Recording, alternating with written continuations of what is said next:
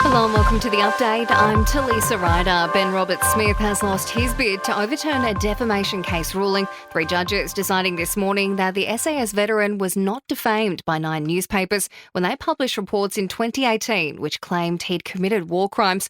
The 46-year-old was found on the balance of probabilities to have been responsible for the death of 4 unarmed civilians while deployed in Afghanistan. The Prime Minister is heading to his next destination as part of his first overseas trip since being re-elected.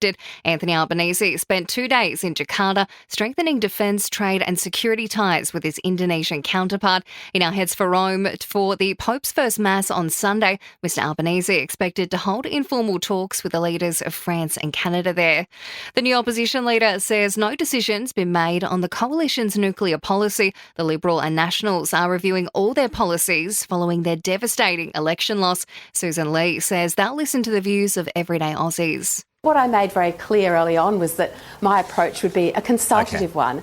Nothing would be adopted into policy sense, nothing would be abandoned. We would work together to meet the Australian people where they are. The US says a breakthrough in the war between Ukraine and Russia won't happen unless President Donald Trump meets directly with Vladimir Putin. Top US diplomat Marco Rubio believes the two leaders need to speak one-on-one for progress to be made. The only way we're going to have a breakthrough here is between President Trump and President Putin. It's going to require that level of engagement to have a breakthrough in this matter. I don't think anything productive is actually going to happen from this point forward until they engage in a very frank and direct conversation. It comes after the Russian president declined to attend peace talks in Turkey, instead sending a lower-level delegation to represent him.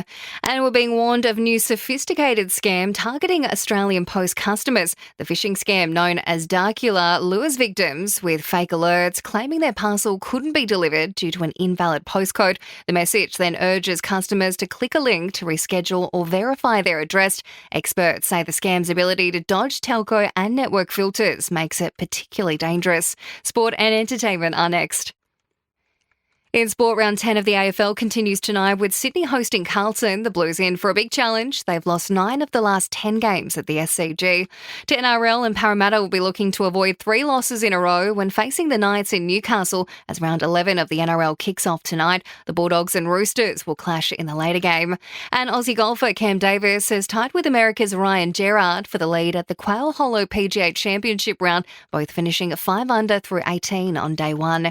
In entertainment news, Peter Diddy's ex-girlfriend is facing a grilling from the music mogul's lawyers as his sex trafficking trial continues. It's a 3rd day Cassie Ventura has taken the stand. US singer Chris Brown's been arrested in the UK in connection to a bottle attack at a nightclub in 2023. The 36-year-old arrested at a Manchester hotel. He's currently on tour. And Australia will not feature in the Eurovision Grand Final for a 2nd year in a row. Gojo missing out on a spot after opening the 2nd semi-final this morning. And that's the latest from the Nova Podcast newsroom. We'll have another episode of The Update for you later on.